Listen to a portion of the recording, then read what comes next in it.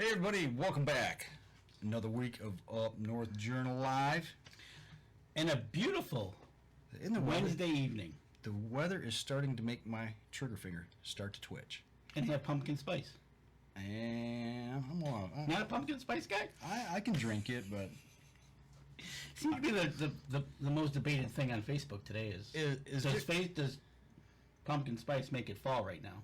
No, pumpkin spice does not make it fall. I think football does. Football does. Right. So Roll Tide. Yeah, you walked into that one, didn't you? Yeah, I know. Is Deer Camp coming out with pumpkin spice this year? They do have a pumpkin spice, I do believe. Okay. You think they do, or you know they do? I think they do. Okay.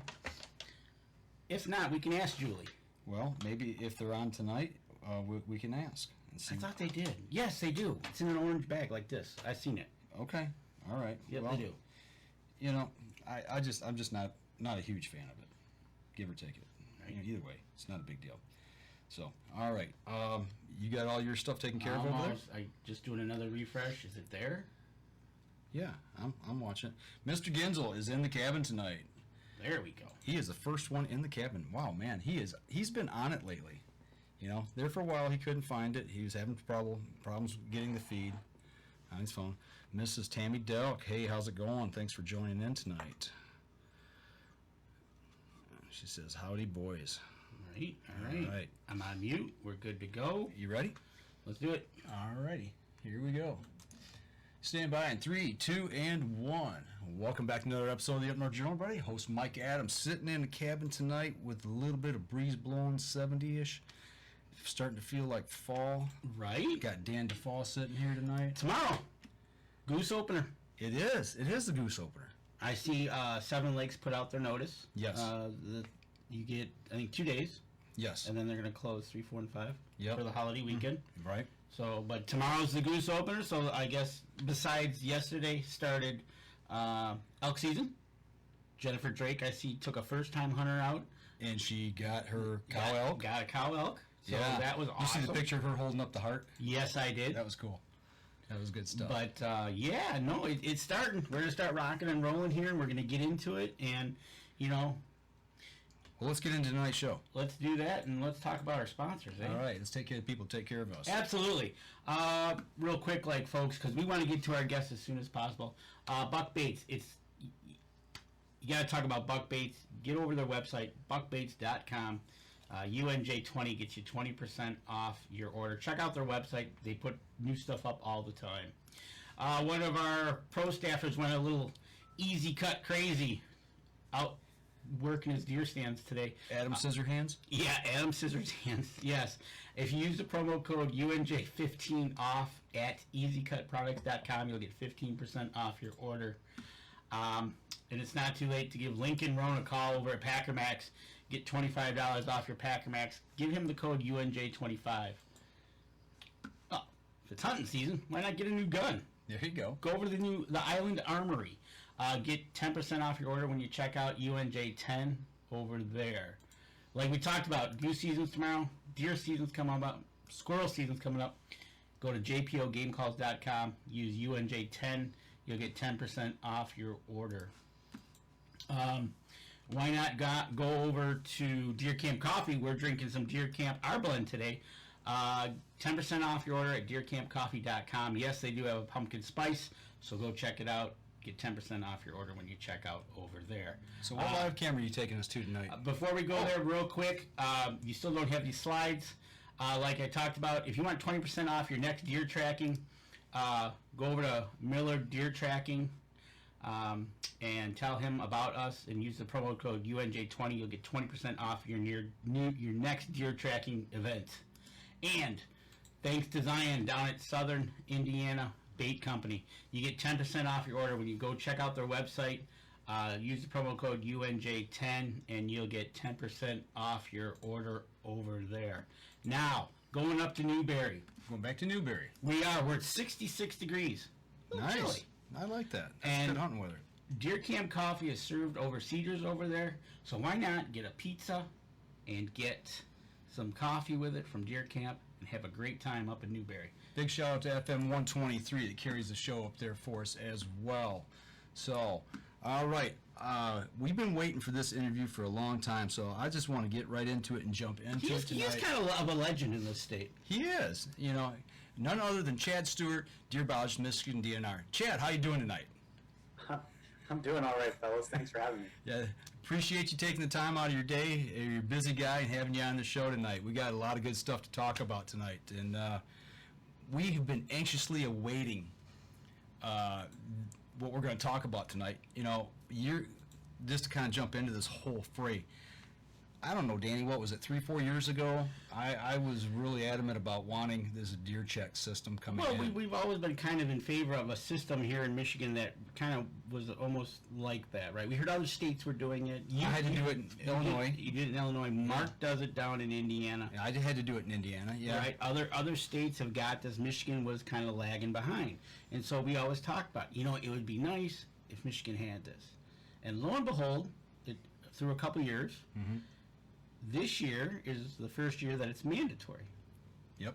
And none other than having Chad Stewart on it to explain it to everybody, to get all the misnomers out of the way, and just so everybody knows what he's going to talk about tonight is solely his interpretation and not the Michigan DNR. So, is that right in saying that, Chad? Did we say that right? Yeah, no, that's good. I mean, I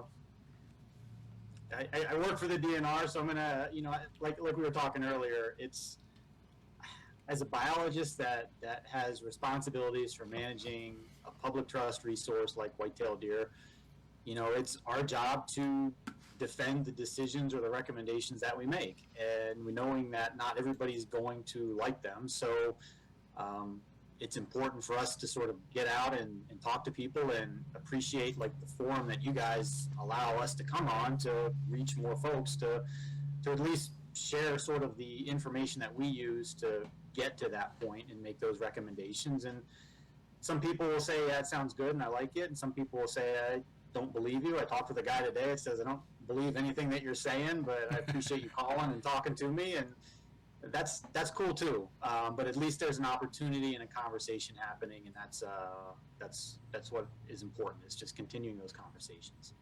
All right, absolutely. So you actually will call people. I mean, like somebody will email you or text you or whatever, and you'll give them a call and you'll have a conversation. All the time. That's awesome. Yeah, all the time. We get emails all the time. Sometimes they come into our sort of like a centralized DNR wildlife like email, and then it gets rerouted to us, and then we'll take the time to respond. A lot of times my name and number gets put out on press releases, so it's mostly meant for, you know, reporters to get, you know, a little bit additional information to dive into things a little bit more and get maybe another quote or a little bit different angle on a story than beyond what the press release provided.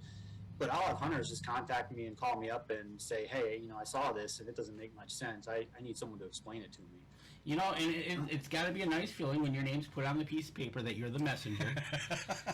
and you know what they do with the messenger. But before we get into the message, give us a little background into Chad Stewart. What, you know, where did you come from? How did you get to where you are today?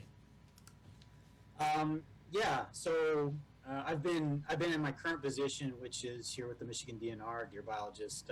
I've got some elk policy management responsibilities with my job as well. They're nice, and they put moose in there as well. We don't do a whole lot with moose, but you know, I'm sort of the point person for that too. I've been in the agency now for 8 years. Before that, I came from Indiana. Same general position down there as their statewide deer biologist, and I was down there for about 8 years. So I've done about 16 years now of managing whitetail deer in the Midwest between those two states. Before that, I was sort of working as a wildlife biologist, whatever they call it, like just sort of on soft money in Virginia for the Smithsonian Institute. Okay. They have a facility out there in Front Royal. We were doing a lot of whitetail deer research there. We were working with some national park properties. We did some localized work within the facility there in Front Royal. Did some agricultural damage kind of research. So really sort of got my teeth cut on a lot of the deer work and in the deer world there for 3 years. And then before that, degrees at Penn State and Illinois. So sorry, I don't have any Michigan education experience, either through state or Michigan University or University of Michigan. But that just might give other people another reason to maybe not like me. Actually, I kind of want to say that's actually opposite for me. Knowing that you're not from here gives you an objective view of not being brought up in a certain mindset of the hunting or whatever your background would have been. Is like, well, this is the way we do it. You know, I know you go to college, you know, like you said, Penn State, Illinois. So now you come into Michigan and you take a look at the landscape we have here in Michigan and kind of do a little background of what went on in the state and how everything goes. So that gives you a fresh start. Well, I think, you know, and maybe in regards to the opposite side of the coin of that, what you're saying or maybe making reference to, some appointed people weren't from this state and have other maybe agendas where you are actually hired in to your position. And I would rather hire somebody that is more well-rounded and comes from different areas and has different disciplines, you know, in their resume. I think that's a better fit, you know.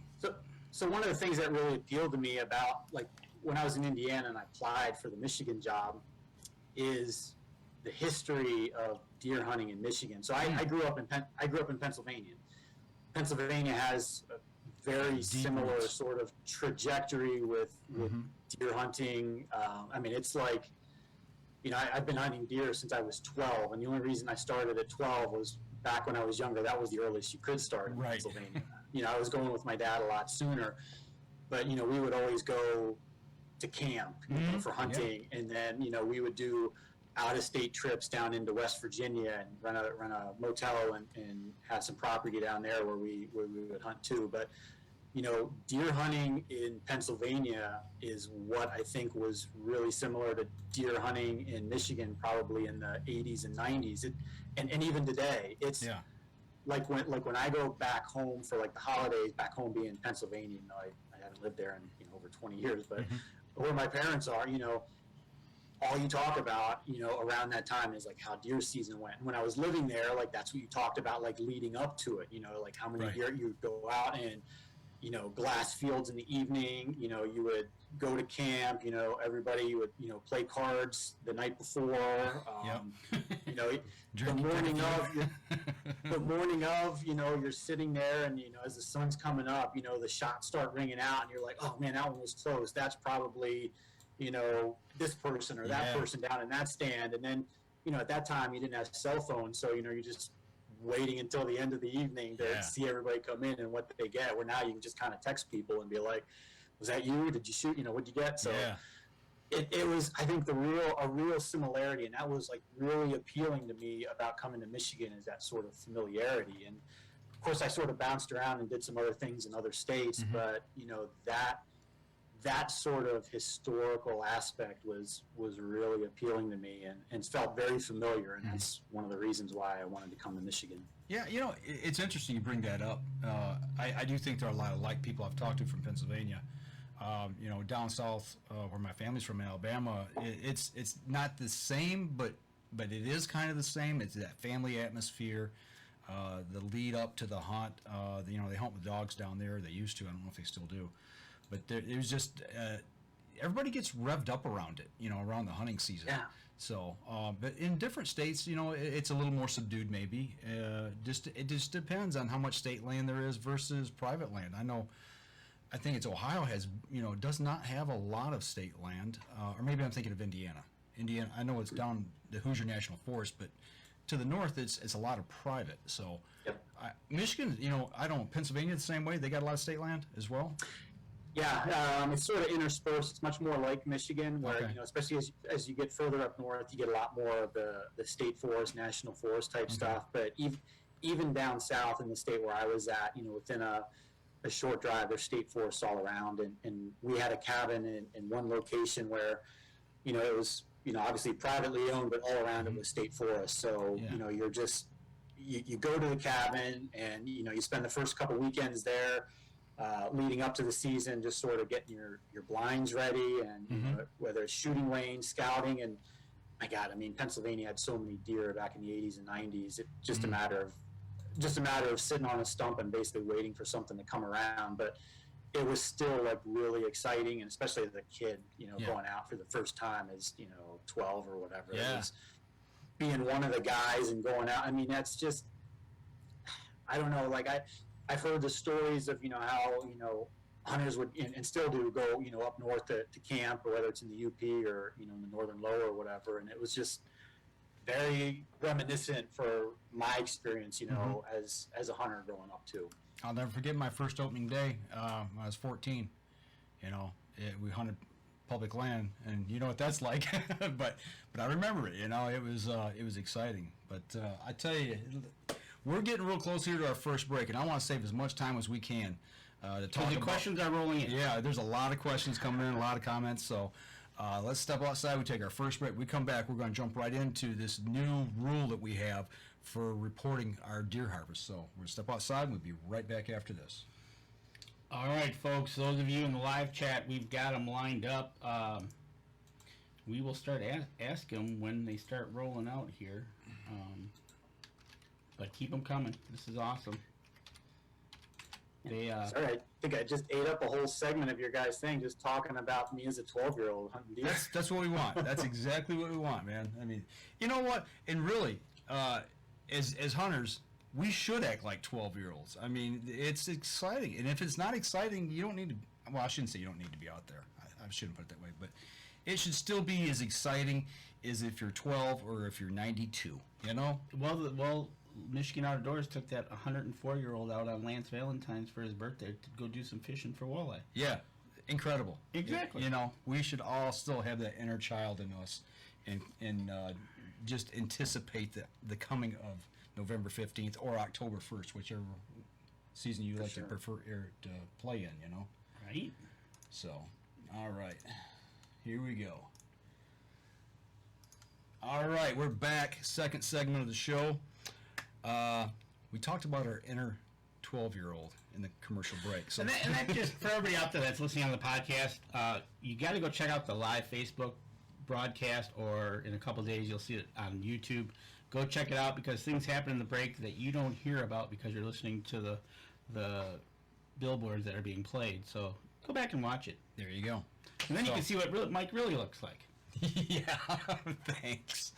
But, as we get into this with the new mandatory deer check here in Michigan, could you give just like an overview of what needs to be done by a Michigan hunter if they are successful starting this year? Sure. Yeah. So, I think everybody's familiar with, when you go out, you buy your license, you buy your tags, whatever. Pick up a hunting digest if you can even find one, because they've been a little bit more sparse to locate recently. But anyway, you figure out like what you need to be legal. You got your tags. You go out. You got a deer come in front of you. You shoot it. You find it. Everybody's happy. It's great. You put the tag on it. And once you put the tag on it, historically, your requirements are filled, right? That's the last thing that you really need to do, and everything beyond that is just sort of what you do from a personal standpoint. Butchering. If you got a nice one, whether it's a skull cap or a shoulder mount or a Euro mount or whatever. So now you've got one more step to do, and that is basically to, within about 3 days, 72 hours. Get yourself to a computer. We've got a mobile app now for iPhones or smartphones, I guess I should say, that you can download, and then we're asking you to report your deer through that system, whether it's the online website or the mobile app. And if you're not good with sort of that type of technology, you can also call someone, whether it's a friend, family member, whatever, and have them report it for you. You just need to give them a little bit of information to help them get through that process. It's not too difficult, though. Whole process shouldn't take more than about 5 minutes for most people, and certainly as you start reporting more than one, it'll go even faster because you start getting familiar with the system. But once you get that report completed, it's going to send you a confirmation number, and then that confirmation number sort of signals your last step that you have to do to report your game and have your deer ready to go and do whatever you normally do with a deer that you take. So when you get that confirmation number, after going through all these steps, what do you do with it?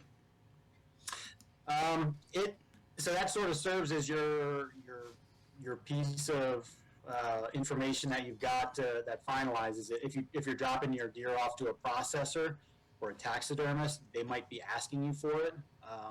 Should you write it on the tag? It's one way to do it. You can definitely do it that way. It might be easier. The other thing that's nice about the mobile app on the smartphone, you can click on the actual tag that you have purchased because you've got your own little profile there and everything's linked to it. And you can report it through that piece right there, and it's sort of e-stamped at that point once you have it done and it's taken care of. It'll also send you an email with the confirmation number. So if you've got your mail system on your phone, a mail app or whatever, you can have that. So anytime a conservation officer would ask you, for your confirmation number or anything like that, you can pull it up easily. They'll check it against their system and make sure that everything lines up, and you'll be good to go. Okay.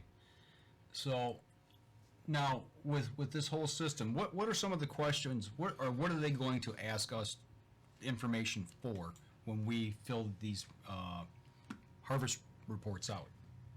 Yeah, it's primarily based on the location and the specifics of the deer that you're taking. So, the first question is what day did you harvest the deer? Okay.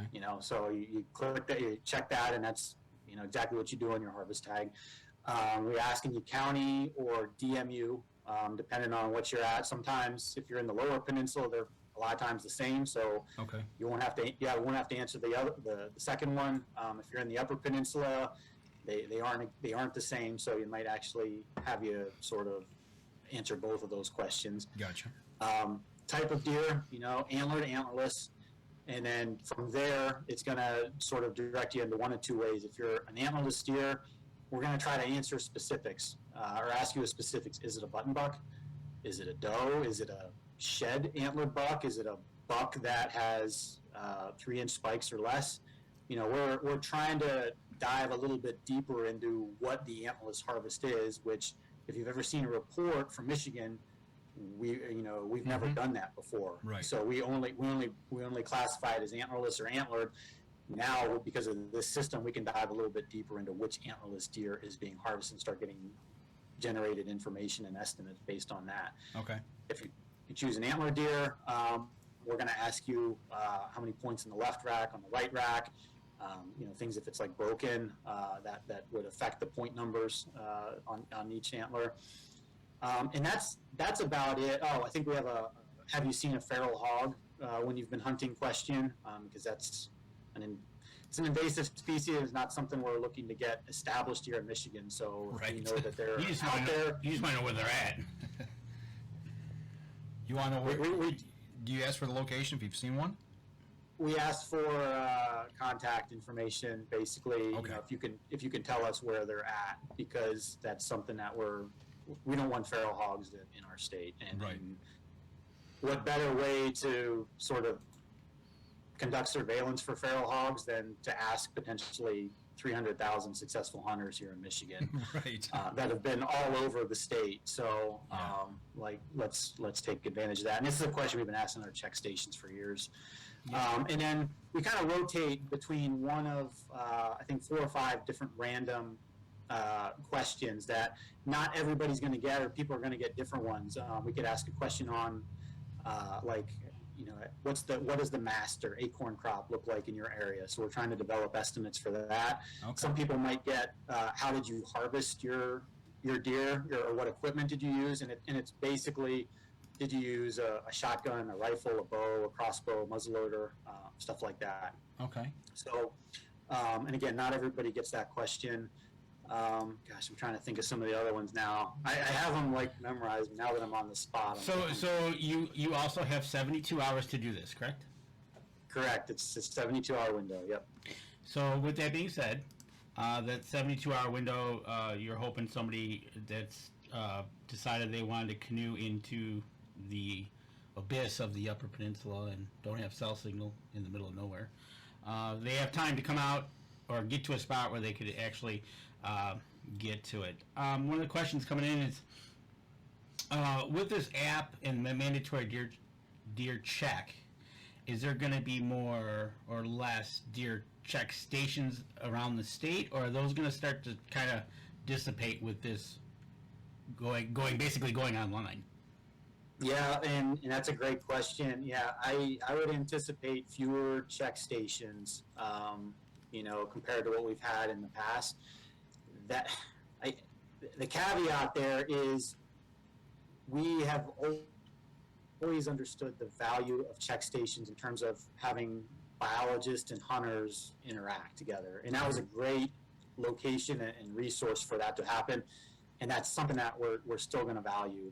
It just won't be in that traditional check station format. So, we've talked to our biologists and our technicians and our staff about trying to get creative with other ways that they can interact with hunters, whether it's before season, during season, whatever sort of makes the most sense. It might be showing up more to buck polls and talking to folks there. Might be hanging out at big retail stores and answering questions, talking with folks there. So we're going to rethink how we have engaged previously, because in the past the check stations have been great for having hunters that come in, but a lot of times we've been running them for so long, it starts to become inefficient to staff some of those locations. Opening day, the first 3 days or whatever, going through the first weekend is always great because you always have a lot of hunters. It's busy, it's fantastic, it's wonderful. But man, you guys, by the time you get to like the second Tuesday, if we're still staffing it, like we're paying people there to talk to like 10 people, on a Tuesday or Wednesday, and it's just not an efficient use of our funds or time, when we keep them open for that long. Well, that's one of the things I was going to say is I know one of the two populous, when I'm coming home from Crystal Falls, depending on when I'm traveling, if it's prime time, I know when you have the deer check station at the bridge and right down here. Here in Clio. Yeah, is it Clio here at this rest stop? Yeah, right here at the one. Yeah, those seem to be like the two busiest ones. Yeah. And it's just a matter of whether you're checking your deer or people have just pulled over into the rest stop and just are watching the deer come through, which is kind of neat to see. But obviously with the times that we're in, cost cutting or watching how you spend your budget and all that is playing into this. And obviously with the age of electronics that we have, because it seems everybody's got one. Yeah.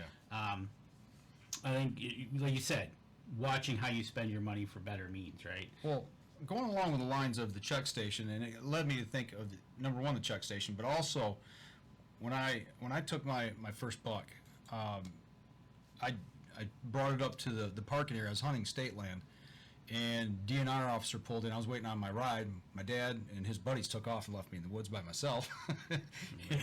And I am with my deer waiting on them to come get me. But he come up and, he congratulated me and checked my deer out and everything. So with the officer in the field or at a check station, could you use that? Would the officers be able to give you that report that harvest at that point? Or is that not going to be available with the officer? Yeah, so this first year, we're going to have staff assisting with some of the harvest reporting. So like a lot of our DNR offices all over the state will be open, staffed, so hunters can go there, either learn how it's done, which is honestly the preferable way to do it, because we want to teach people and get them self-sufficient. We understand that this is a brand new system. Everybody's going to take some time to learn and understand how this thing works. And if you're really struggling with it, I think our staff will assist you with the actual reporting piece. Okay. So there is that piece, and that's something that our director is very committed and passionate about, making sure that we're there to help folks report their deer. And it's also worth noting that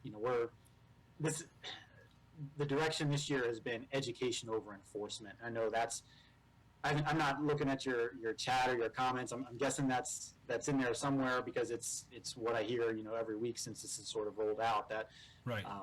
What is the penalty going to be? And it's important to note that this year we're really focusing on education rather than enforcement, because this is brand new for everybody. And that is one of the questions is exactly that. So how will nonconformist? How will it be checked that the so said person did not check their deer in? Well, there's no, unless they get stopped and then an officer checks it, and it's past the 3-day mark. I don't really understand. This is basically on an honor system, isn't it? So everybody should be tagging their deer, right? You know, they're putting it that's not a new thing for Right. Michigan hunters. that's not new this year. Everybody's tagging their deer. So if someone gets stopped and is asked by a conservation officer, you know, have you reported your deer? You know, then you have to sort of provide that confirmation number. If you don't have that confirmation number, the officer is going to still be able to look at the tag on your deer and see if there's a confirmation number associated with it. Right. So there's the confirmation number is the link between the report and then the harvest tag on your deer. So, you know, don't anybody go out there and say, oh, I reported my deer, and you know you didn't, to a law enforcement officer, because they'll be able to check and confirm, because they'll look at your tag and make sure that there's a confirmation number associated with it. Well, exactly, and that's what we want to kind of, you know, also tell people. Look, if you get stopped and checked, just be upfront whether you have or have not, and just deal with it. I think the most commonplace it's going to be is they do checks at taxidermists, and they do them at butcher shops. And I think that's going to be the two easy places for them to find compliance, I would assume. Yeah, and so one of the reasons that we're doing this within, you know, 72 hours transfer possession to like a processor is so those processors get those confirmation numbers. So, you know, now instead of the processor reporting like the tag number, they'll report the confirmation number. We know in Michigan that about half of the deer that are taken in the state are going to a commercial processor. Okay. So if a processor is taking the confirmation number, in theory, we should be getting 50% compliance right off the bat and understanding what's going on. So we looked at, gosh, Mike, I think it was Alabama. I'm trying to remember now, it might be Mississippi, but I think it was Alabama, did not require a confirmation number. Their compliance was down in like the low 30% range. Yeah. And once they required a confirmation number, especially for the processors, compliance jumped up to about 80-some%. Okay. So what that does is it gives us a much better understanding, you know, sooner in the timeline of what the deer harvest is going to be, you know, as the season goes on, rather than getting this low compliance number that, you know, still isn't going to tell us a whole lot, especially these first couple years. And I think I hope hunters are really going to see the benefit about having this harvest information sooner in the calendar year, rather than the way it's always come out in the past, which is usually like June or maybe even July. Right. It'll be quicker and earlier in the next year. Hopefully, when the seasons end, we'll get back to what you need to see and get it out to the public. And we're coming up onto our second break. And when we come back, we're going to keep our talking about the new system here in Michigan and see what's happening with a little bit of parts of it going on. So I got a couple questions specifically that I want to answer. All right, we're going to step outside, take our next break. We'll be right back after this. Okay. Folks, keep those questions coming in. They're really good. So did they? I don't see it in the book that they allow high vis pink. It's still just orange, right? Yeah, it's been Still just orange. Yeah. Okay. So to answer your question, Mark Coleman, and I think you asked this because Tammy really wanted to ask it because she wants to wear that hot pink. Yeah, and the right? woods. Yeah. Yeah, but no, you still have to wear Hunter's orange. So Tammy, fortunately, that bright pink outfit that you got in that pink camo, it's a bust. You can just wear it around the house. All right, here we go. Stand by. 3, 2, and 1. All right, third segment. We're back from break. We've been talking about what you need to do to get your deer harvest reported this coming year. Now, the one thing that I saw online, Chad, and I'm going to bring a picture of it up here. It's one of the slides that you give me. I got to find it again real quick. So while Mike's looking for it, I downloaded the app. Okay, you got it. And you can. I don't remember what my login is for my account, but once I sign in, I'll just be able to go through it and do what I need to do.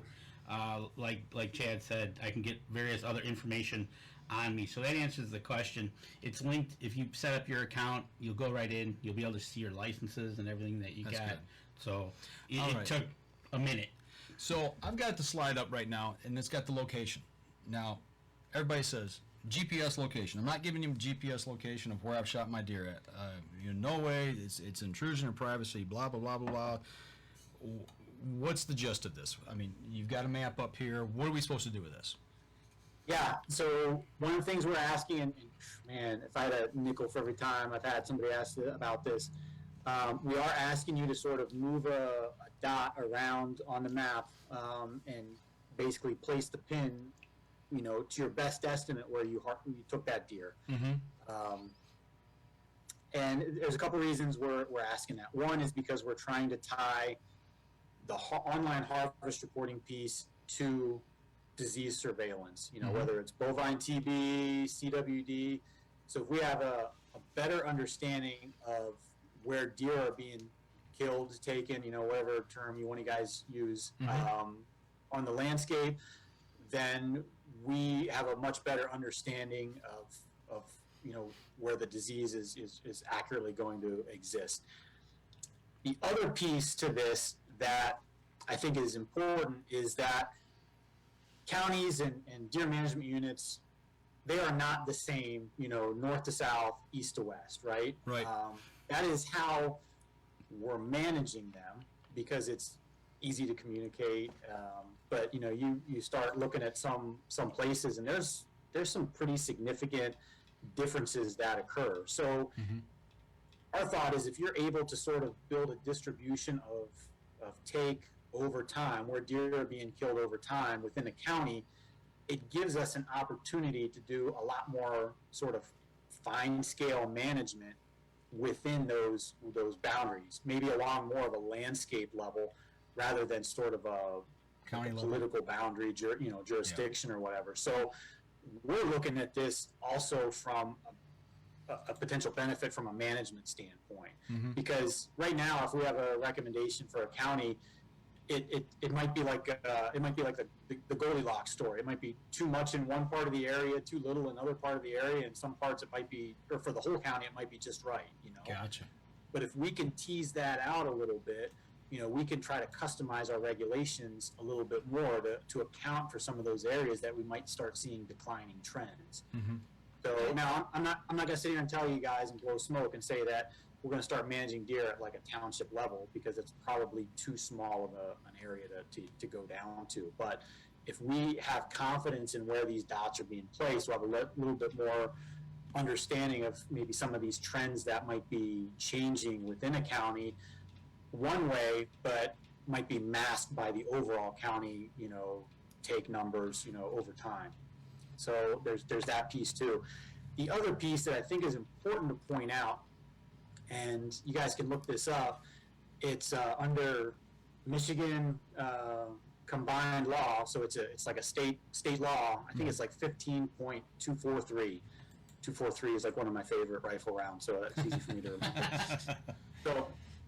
But it actually protects the exact location of where game is either identified or harvest locations are taken when you're able to put a point on the map. If you go more general than that, then that information can actually go through the Freedom of Information Act and be requested. But if it's an exact point on a map, it's completely protected by that law.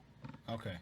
All right. So there you go. That answers one of the most interesting questions out there is just like Mike said, I'm not going to tell them where I shot my deer. Well, this is what I equate it to, and I go back to me stopping at the deer check station with my deer every time that I've been able to get one, and you get out the map book and they say, okay, what county you're in, what township and all that. Okay, what section area are you in? And I look and I'm like, I'm either in, because our property's divided either 12 or 13, depending on where I'm at, what end of the property I hunted. You're marking within a square mile, people. And if it's that close, if you're willing to do that, and you're going to put a dot somewhere. But my question is, how many, honestly, Chad, how many deer do you think you're going to find were harvested in water somewhere? Oh, last year I think we had one deer at least one deer that was down in Mexico. Okay. Yeah, I mean, Lake Michigan, like the amount of deer taken in Lake Michigan or Superior is going to be high, you know. Yeah. So, like, we know that that's going to happen. And honestly, if someone throws a dot in Lake Michigan, like, we're obviously just going to throw it out. You know, Right. We'll also be able to tell, because if you say, like, you know, I'm hunting in, say, I'm just going to pick Alpena County because it's the top, you know, Yep. and the dot starts in the middle of Alpena County. Yep. If you choose not to, like, move that pin around and try to give us information, we'll be able to tell if you don't move that pin around either. So Gotcha. we can sort of tease that out, and that's honestly more preferable than giving us bad data. You know? Well, that's it, right? If you're gonna if you're gonna play that role of, I don't want to tell you where I shot my deer because it's my deer, just give a general location in the general area, because like you said, most of the DMUs, how they're blocked out, you can go into 041, bring that up, look at all the pins, and maybe there's more to the southern than there is to the northern portion, and that's what you guys need to know. You know, and that's better than nothing. Absolutely. Right? Yeah. And you just sit there and it boggles the mind sometimes when you get into these conversations, and just like this one, I'm not going to tell you where my deer is, you know, and then they come around and they say, well, the DNR, you guys, you know, rank. And it's like, okay, they're trying to do something here, but yet you don't want to help them. So what do you want them to do? So, and this is the biologist in me sort of perspective. It's like, why? This is the first year we're rolling this out, right? So why wouldn't we try to get that level of detail, that resolution, that information? Because if we can get it, it opens up a lot of doors. Now, if people don't want to give us that information, you know, we'll figure that out within maybe even a year, but, you know, probably a couple years, and realize that, like, look, this isn't going to work, but that's also going to limit some of the things that we are able to do moving forward. Mm-hmm. And again, that's fine if that's like a line in the sand for a majority of hunters, and we can't get that information. But at least we can say we tried at one point to do that. Right. And if it doesn't work, then it doesn't work. Okay, so looking ahead, you talked about opening doors. Looking at, let's say everything kind of rolls out smoothly this year, you have great success with this. What can we as hunters expect to get back in return from y'all in data that's going to satisfy our appetites and what we're looking Gotcha. for? Yeah. So right now, I'm looking at this as like a treasure trove of data. That some of the stuff that we have not been able to get before, and because of that, we'll be able to make decisions that will either increase, you know, opportunities for hunters, you know, whether it's some of the equipment choices that they can use, whether it's some of the management, you know, decisions, directions. It could be quota related. It could be, gosh, I'm trying to think of some of this other stuff that I was thinking of. You know, expansion of we'll know the impact of some of these things a lot more. Season lengths, either expansion, reduction. You know, we'll be able to sort of evaluate these things more on a finer scale. Mm-hmm. The other thing that I think, you know, and this is, I don't know, I'm obviously like a kind of a deer data nerd guy, because I wouldn't be in this job if I wasn't. You know, I'm assuming you guys have some level of that too, because Just a little. you can't have like 659 episodes and not have like be interested in some of the data, right? But like we're gonna develop this. We're calling it a dashboard, but it's basically something that's going to be updated really, you know, every day. Honestly, every hour, because it's going to be real time. But you'll be able to see how the harvest changes over time, both for antlered and antlerless deer, county by county, as the days sort of tick on. So we've never had that information before. Like, I can't tell you how many times someone like with like the media, you know, called me up and asked me like, how's the season going? And I'm just like I don't have data to support it. Like, I know what I hear from people, and I know like what my own experiences is, you know, in my small little area that I hunt. But you know, from a statewide perspective, I don't have data to support that. But man, now once we start getting to some sort of like plateau and we get consistency with reporting over time, I'll be able to tell you exactly how the season's going. Man, archery season's up like 8%. This area over here is seeing more deer. You know, this area is seeing, you know, more bucks being killed than last year. You know, these are all things that we can talk about in season and immediately after the end of the season, rather than having these conversations in like June and July when the harvest report is done, and nobody cares what happened 6 months ago. Everybody's looking forward to like the future. Well, so with that being said, about gathering the data, one of the questions out there is, let's say the UNJ crew, all 4 of us, 5 of us, go out hunting, we all get a deer. Now the app is, you have to have an account to go in and do your registration, right? Yes, yeah, it'll link up to your tags. Yeah. So then, to answer the question, if we have 5 deer, we have to go into the 5 different accounts that we have, one for each of us, to register each deer. If you're going through the app, yes. Okay. If you're going through just the website, the mi.gov/DNR Harvest Report website, you can, all you're doing is typing in the tag number, which each one of those 5 of you or 4 of you have a unique tag number that you're putting on your deer. That tag number is assigned to you. Yep. So just to confirm that it's assigned to you, you have to put your date of birth in. So there's 5 different dates of birth that are going to correspond to the tag number that each one recognizes, and then you can do that. So if you guys are in a remote area in a cabin and somewhere in the UP, and you all kill on the first day, you know, within like, you know, the next day or two, you can just have someone run into town, pick up a self-service or whatever, and go through and report all the deer for everybody at one time while you're filling up your tank, while you're getting, you know, chicken at the store or, you know, drinks from the store or whatever to bring back to camp. Okay, so that's good. That's good. There's other ways. It's just not, if I'm doing it through the app, I got to be logged in, but if I do it through the computer, I can do exactly more than one, Yep. which is Okay. which is good. That's a good Yep. thing. But I'm going to play devil's advocate because I just like doing this kind of stuff. And I've seen this out there more than once. You know, talking to people about non-compliance and making excuses. You know, the time's not enough or what have you. I don't have a cell phone. What are you going to do about the Amish community? Yeah. So That's a real deal. Absolutely. We've run some numbers. You know, first of all, we know that there's Amish community spread throughout, you know, like all of Michigan. Doesn't make up, as you imagine, very much percentage of the hunters. I mean, it's a small fraction, but we still need to be inclusive of those individuals and individuals with those beliefs.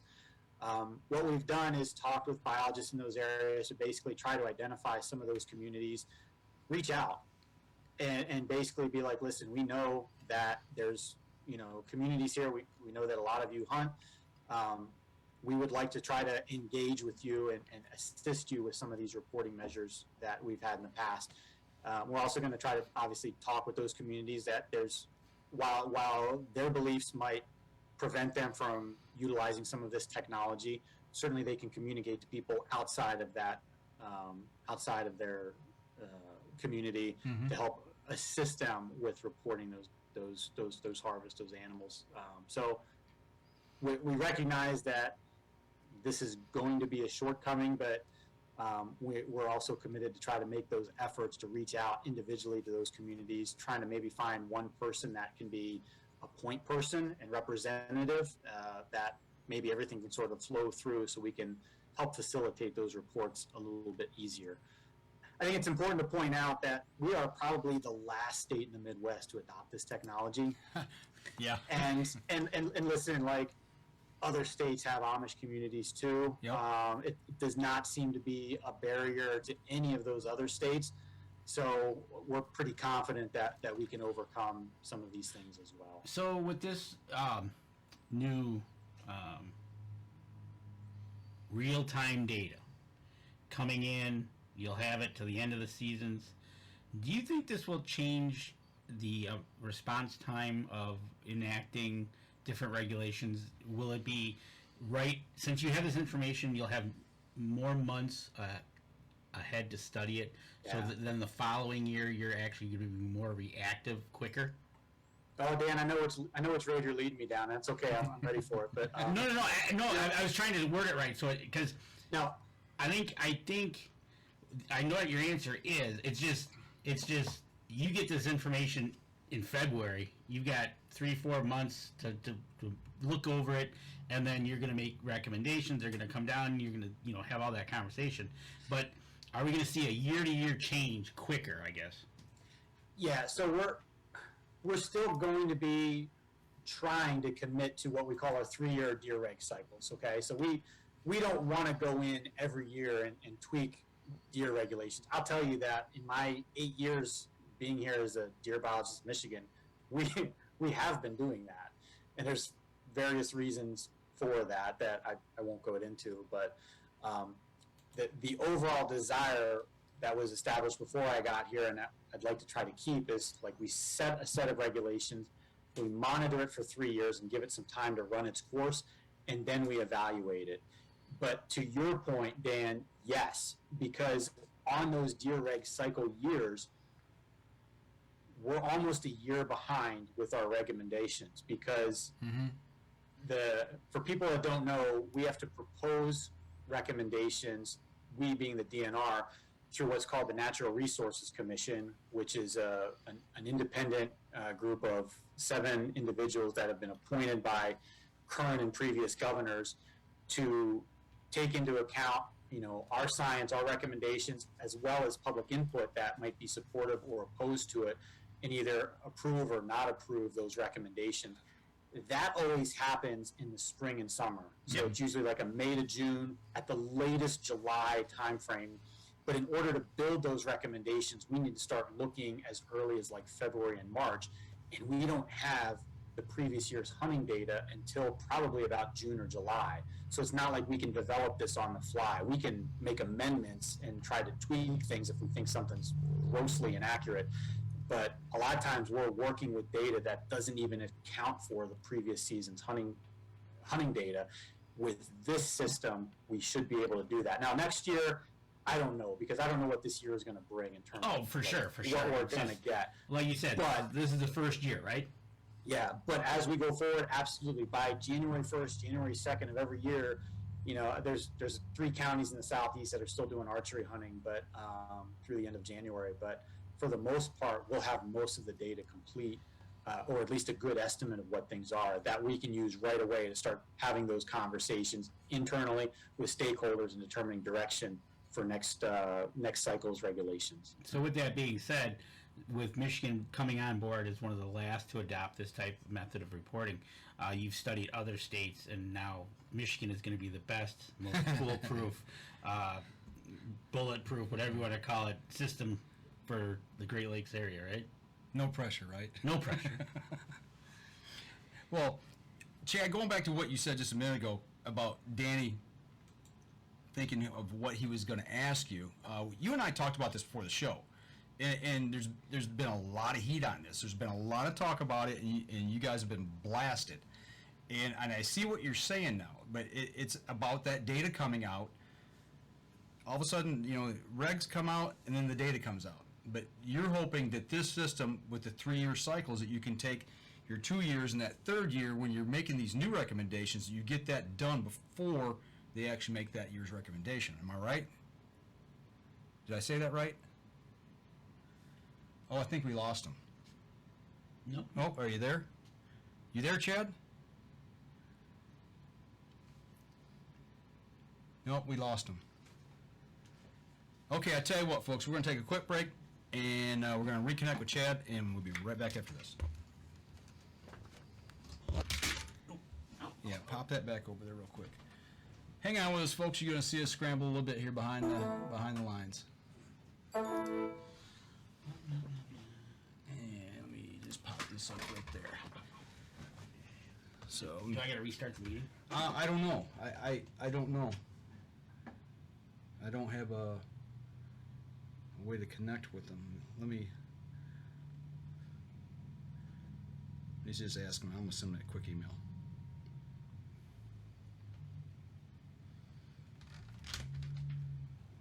Is the meeting still hot? Oh, there he is. He's come back in. Okay. Are you there, Chad? Yeah, sorry guys. I don't know if that was me or you. I don't know what happened. The meeting's still open, everything. We're still online, so we just went ahead and took. We're in a break. No, that's all right. It happens. We've had a lot worse happen, believe me. And we're still live on Facebook, but we just took a commercial break. So Okay, yeah, I'm sorry. I'm just sitting here. Everything went black, and I'm like, oh no. that's all right. So let me say this. Yeah, let me say this off real quick here. I'm gonna get you back up here on screen. Let me save this one off, and then we'll come back to have the last segment of the show. We'll pick up that question again, because I don't know exactly what you heard or did not hear. Yeah, you started talking about just sort of some of the timeliness of the data, the new data that we can get, and then I kind of blipped out. So. Okay, all right. Right, exactly. That's where we were going with that is,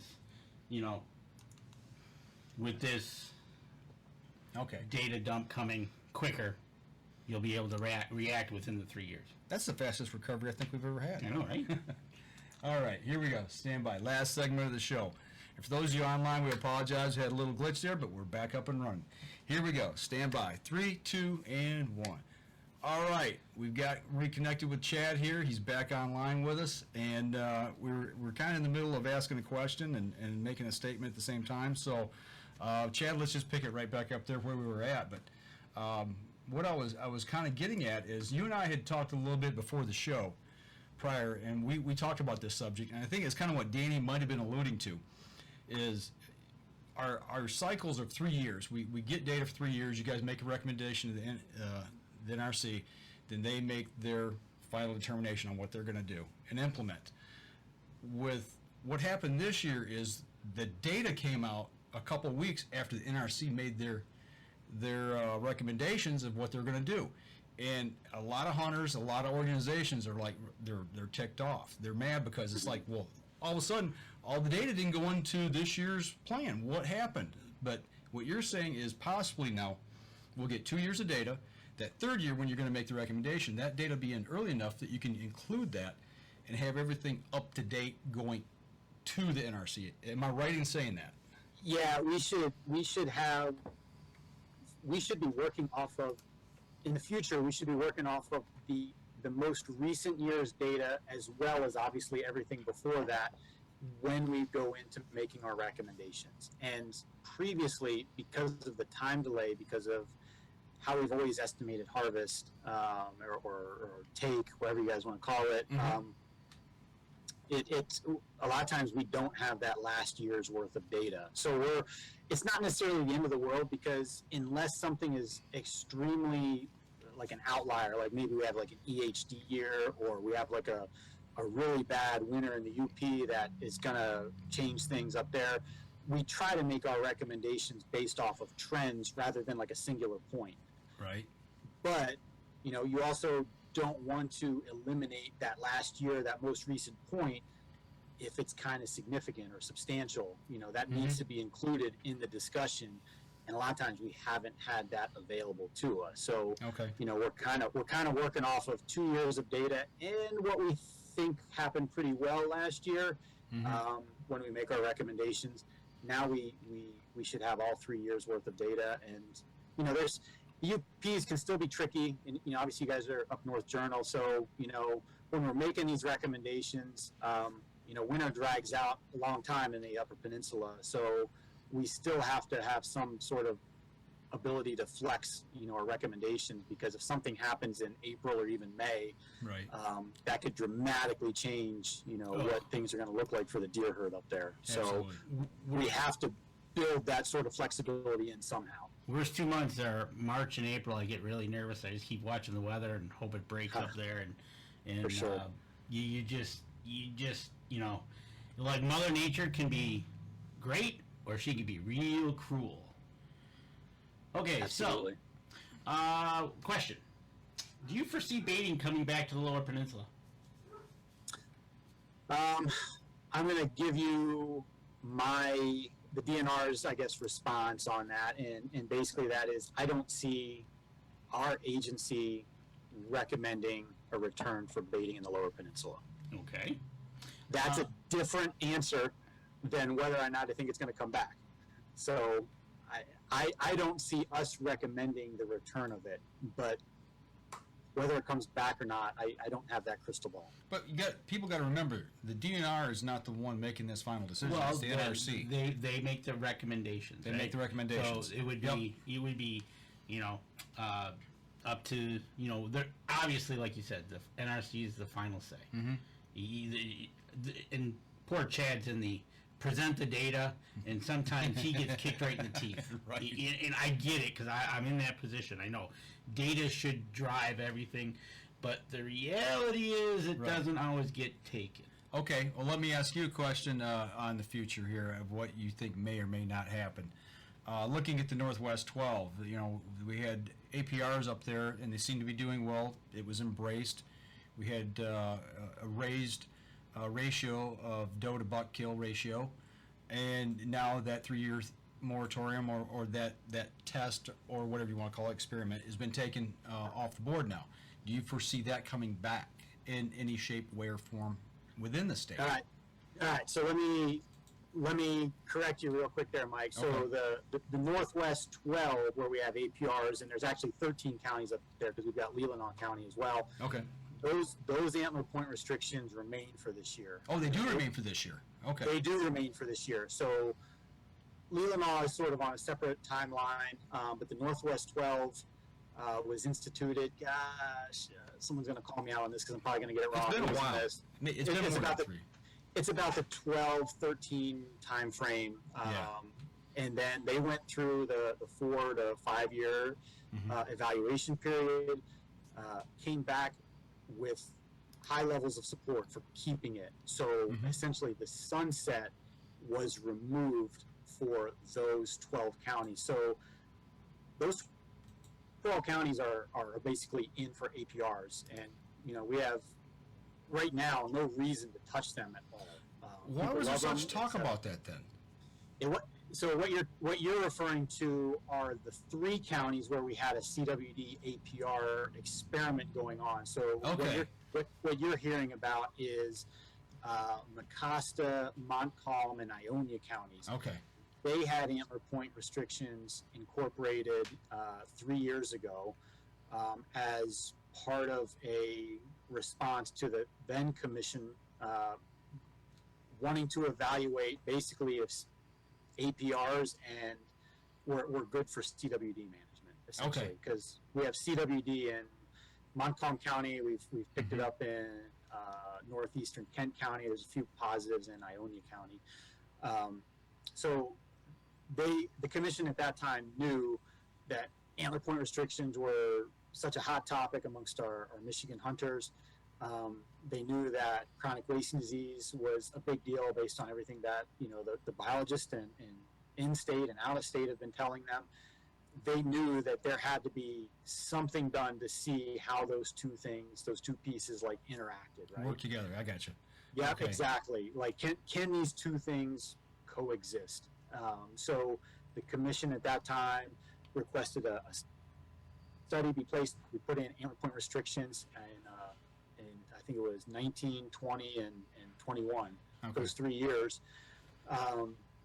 And we looked at harvest. We looked at, like you said, the ratios between antlerless and antlered, basically trying to determine and understand if hunter behavior changed as a result of having those antler point restrictions in place.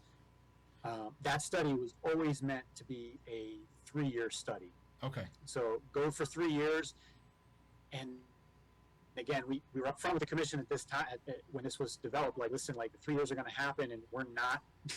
We can't turn data around that quickly. We need some time to evaluate things. So there's going to be some sort of gap between the 3-year study with the regulations, and basically a recommendation on what to do with that data. Okay. And that's where we were this past summer.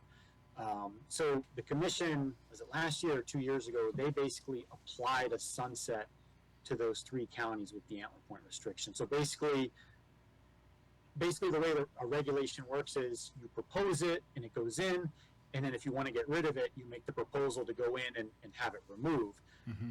What the commission did a couple years ago was apply a sunset, which basically they basically set a deadline that basically That's the end date. after the end of 21, they will go away, and that's the action. Like, we don't have to revisit this again. It goes away, and that will give the agency and the university researchers time to evaluate that. So first couple of years, really positive response in terms of antler to antlerless harvest ratio. Hunters clearly responded. We fully expected that in the first year. 2020 was a year like none other. Right. But we had a lot of hunters participating in 2020 because of those circumstances. So Did that skew your data?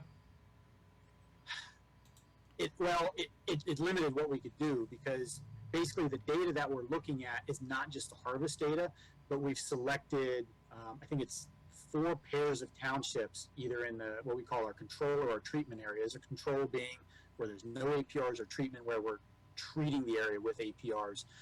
And we're putting cameras out all over those townships and trying to get an understanding and an estimate of what we call relative abundance, like basically how many deer are in those areas, fawn to doe ratios, number of like estimates of young bucks to old bucks, how many bucks we're seeing that would qualify for antler point restrictions, and seeing how that changes both before the APRs were in place and afterward.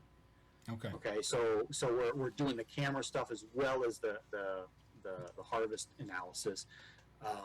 The camera stuff, it takes a long time. I mean, you guys are probably like me, like to put out cameras and look through them and see what you got. Right. But dude, like the researchers that are doing this are going through like 800,000 images a year, just in the summer. So it's a lot of information to go through, and then go forward and categorize everything like that, so it can be prepped for analysis. It takes time. It's a lot of work. Hello, interns. Well, talking about all this data, you referred to the dashboard being updated. You're going to have real-time data, hopefully, so to say. Is that something that the public is going to be able to access as well, that are putting that data in? 100%. Okay. Yeah. Okay. Yeah, we'll have a public-facing. Again, we call it dashboard. Other people just might want to call it a website or whatever. But Right. It's going to be integrated to real-time reporting. And this first year, I think I'm gonna be straight with you guys. It's just kind of like boring and not very sexy. It's basically like here's your county number of antler deer, number of antlerless deer, and that number is going to change. As you refresh the button every day, every couple hours, depending on how many deer are being submitted through the system. So Gotcha. it's, again, like I said, not very sexy. Right. Our goal is to build it up where we've got pie charts and figures and all sorts of stuff that like break things down by season, type of antlerless deer that are being harvested, so you can dive into individual ones, individual counties, individual DMUs. I want to have a map that shows exactly where the hot spots where harvest is occurring, so you can compare between counties. We're not there yet.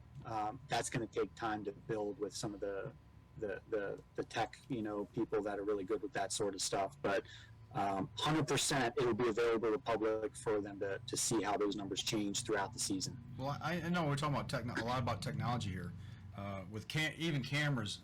I remember talking with the guy who developed Deer Lab, which was taking trail cam photos and gleaning information Jeremy. off. Yeah, yep.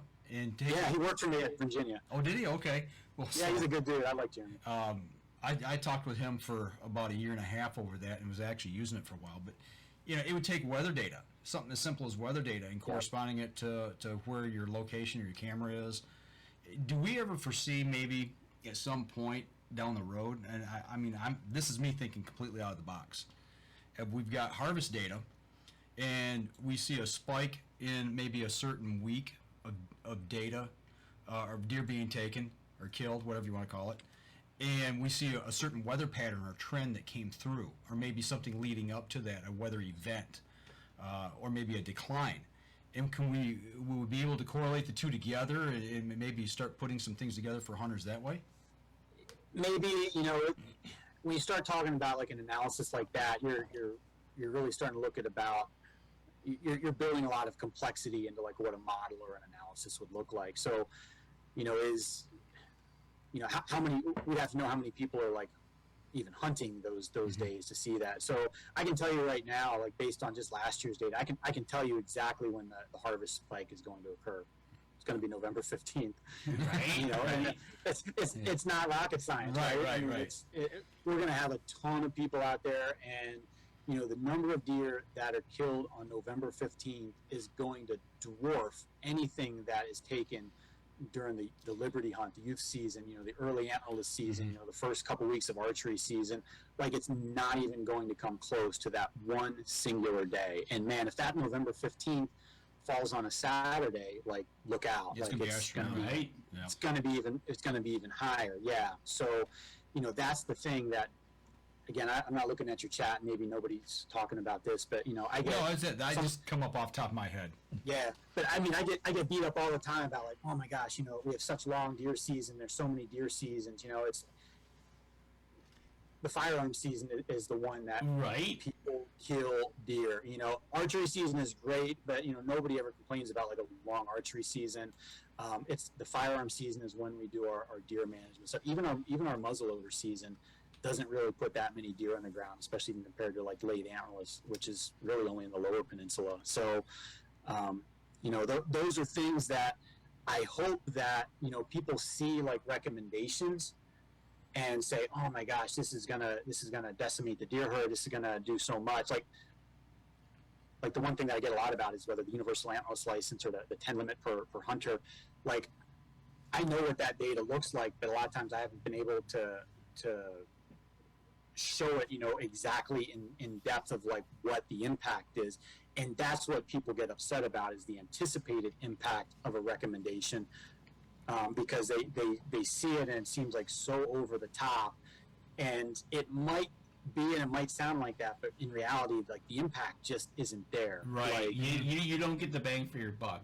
Where people think it's the end of the world, you know, you've taken what we've had and made it into brown it's down, and you just haven't gotten into that and whittled it away. Again, this is why we're having you on, to get this education out for the people. We hear a lot of people talk about the $2 rule. You know, well, a lot of other states have one, but we don't need a $2 rule. You know, we're taking the herd out, and in reality, I think I'm just throwing the number out there because it's what sticks in my head. But isn't it like only 5% of that use that second tag on a second buck? Is that right? about 5 or 6%. Yeah, I mean, it varies from year to year, but Okay.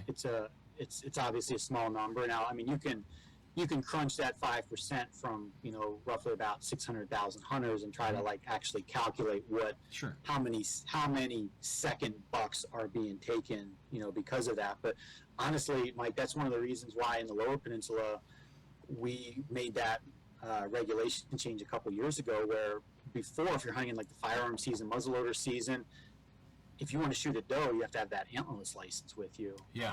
In most of the state, but we switched it to basically being either sex, knowing that that's going to mean people are buying less antlerless licenses from us, which is going to hurt our bottom line, but it's going to have a management impact and value to it. Yeah. So now hunters are more likely to drop down to an antlerless deer, you know, without spending extra money when they might have shot that spike, just because that's all they could have shot. So we're hoping Right. that there's an age benefit for our bucks from that, and we've been seeing an increase in our antlerless harvest because of that, more so than going to like the universal antlerless license or the 10 does per person, which, you know, only like a fraction of people ever buy that many anyway. You know, it's going to try to balance our herd more. You know, it's Right. we can make a lot more hay with balancing our herd and managing our deer, trying to get people to go from 0 antlerless deer harvested to 1, rather than going from like 1 to 4 or 5 or 6. Right. Like, Well, people just don't do that. I was thankful when you did that, when you made that tag available for us. I mean, I still buy the doe tag, so I you know, I buy 3 tags. You know, I get the combo tag, and then I get my doe tag as well. But, you know, and I generally, you know, on a good year, I've got 2 deer in the freezer. You know, but if on that off chance, you know, I'm able to take 2 doe and harvest a great buck, you know, it's winter venison dinner. Right, exactly. One of the questions coming over the chat is, I'll read it to you, from Robert Miller. When you register your deer, does this give the freedom for the CO to come and investigate your kill? Everything was done legally. The reason I ask is several hunters have vented to me they don't like having to give a pinpoint accuracy when their deer was killed. So I think I guess that's it. I guess he's asking by registering your deer, does it give the CO Reason to investigate. Yeah. Yeah, no, I think what he's asking is basically, I think you said, Robert, correct me if I'm wrong, but basically the CO to ground truth where the pin drop is, right? Mhm. I mean, that's why I understand it. I mean, you got to understand we have maybe, 1 to 2 conservation officers, for a county, and some of them are spread out even more thin, I don't think they're going to have the luxury to go and actually verify pin drops at each location and say, oh, no, this pin drop is not exactly where the tree stand was that I found or the gut pot. So, like, that's not something, like, I'm not a conservation officer. I can't fully respond to this question, but I cannot foresee officers basically ground truthing or confirming that the pin drop is the exact location where the gut pile lays or the ground blind or the tree stand is located. There's too much other stuff. I think really to look into that question, if it is reported, then the CO will do his investigation, and he could use that data to go do part of his investigation. For, like you said, with 1 to 2 per county, not so much. But if it's called out that Joe Schmo Hunter, I saw the buck he shot. He didn't shoot it where he said he did. Yeah, he said it was in Mexico. Yeah. right. So I can't imagine that's a starting point for any CO investigation. Right, exactly. I agree with you there, but I think if it's called out, he's got to do his investigation. Yeah, absolutely. The other question was, were those cameras on state land or on private land in those counties that you're doing the? I think it's a mixture of both, but if it's private land, it was with permission. So every landowner that we've worked with gave us permission to put those cameras on. Right. So with your data that you're collecting, are you seeing what's the fluctuation of hunters? Are you seeing more hunters coming in? Like you said, 20 was a fluke because nobody else had anything else to do. But do you see us losing our hunting population? Are we gaining our hunting population? Different parts of the state, or don't you know? We're losing, and Still losing. Yep, still losing, and we're not any different than really any other state out there. So the rough numbers are in 2000, like the year 2000, we had about 800,000 hunters in Michigan. And now we're sitting at less than 600,000. So from a deer hunter's perspective, we've lost probably almost 250,000 hunters in about a little over 20 years. I mean, that's, to put that into perspective, I used to manage, Indiana's deer herd. Like, they don't even have 250,000 deer hunters. So we've basically lost the state of Indiana from Michigan. And then what we do is we look at the age distribution of our hunters, basically, what they're reporting when they buy their license, how old they are, the birth dates and stuff. And if you were to look at a population diagram of like who's buying licenses, the highest peak occurs probably about the age 40, 50, 60 kind of time frame. And then it obviously drops down because you don't have many 70 or 80-year-old hunters that are out there. Few, but not many. So just fast forward that 10 to 15 years, and now like everybody that's kind of in their 60s is largely dropping out, probably a good chunk of the 50s that are dropping out. We don't have many hunters in the teens, 20s, 30s. It's certainly in that number to backfill what we currently have in that, sort of older generation. So if you were managing like a game species or like a wildlife species, and you had a lot more older individuals than younger individuals, you would anticipate like a population decline or a population crash. And hopefully that's intuitive for a lot of people to sort of, I'm trying to explain like an age bar graph, and I don't know if it's working out so well, but anyway, so I think we're going to have to be understanding that, we're probably looking at close to 400 to 450,000 hunters probably by the year 2030, 2035, which is half of what we were in 2000. And hopefully we can sort of maintain that plateau from then on forward. But it's going to be tough. Like, times just are kind of changing, and I don't know. It just seems like it's harder to get a younger generation involved with hunting, certainly more than it was when, you guys, me, were, younger. It was Right. a lot more commonplace to get involved. Unfortunately, they've gotten a lot of the younger crowd has gotten to the point of where, and obviously this isn't everyone, but it has to happen within 5 minutes or else I'm done. Yeah, right. Why didn't I see a deer and I've been out here 3 minutes? Well, I'll tell you, we're running along here, but one more question for you, and we'll wrap up the show. And I kind of want to wrap right back around to where we started, and it's going to be this question of how when you and I and Danny we talked about that inner 12-year-old child, first time out hunting, 14 for us here in Michigan at that time, and we get out there and we act like a kid. We should still be acting like a kid. We should perpetuate that to others to bring them into the hunting. Does the DNR have any ideas or plans on how to bring that to the people and encourage people to get out there? Or is there any plans to help bolster our numbers in the future? Do they have something set? So there's a lot of work being done. It's I don't know if you guys have heard this concept of R3. Yep. So it's recruitment, retention, reactivation. Mm-hmm.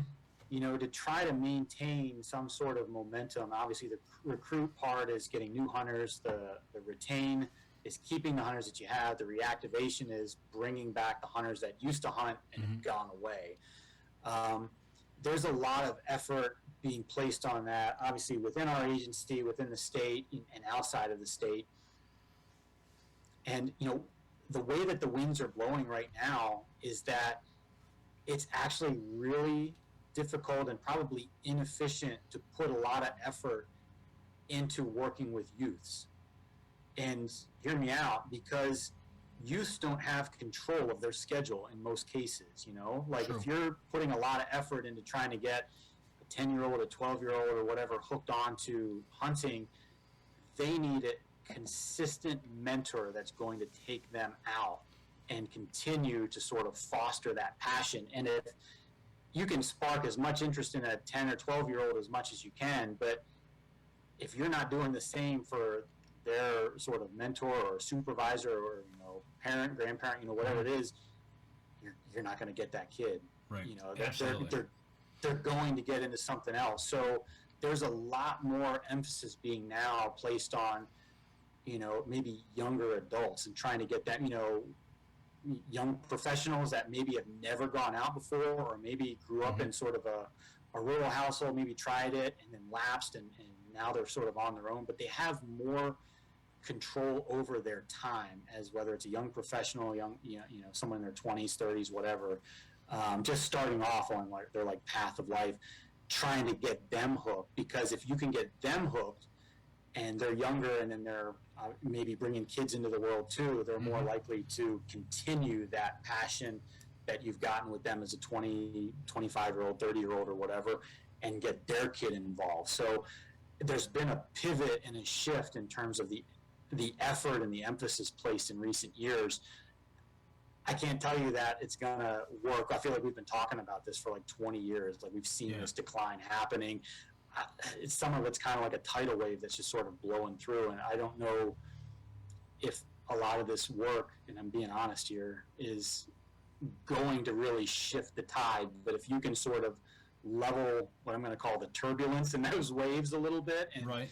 and it's certainly a noble effort worth doing. So, but that's kind of where things have been trending in recent years, the best of my knowledge. Well, and I gotta suspect. Not suspect. I know that's who's got the disposable income. Right. The 10-year-old or 14-year-old kid who wants to get out there, he gets an allowance, maybe not. I don't know, but he's not going to be able to get all the equipment and afford gas to put in your car for you to take him. Or it boils down to the people who've got the money to be able to do it, and the access of time.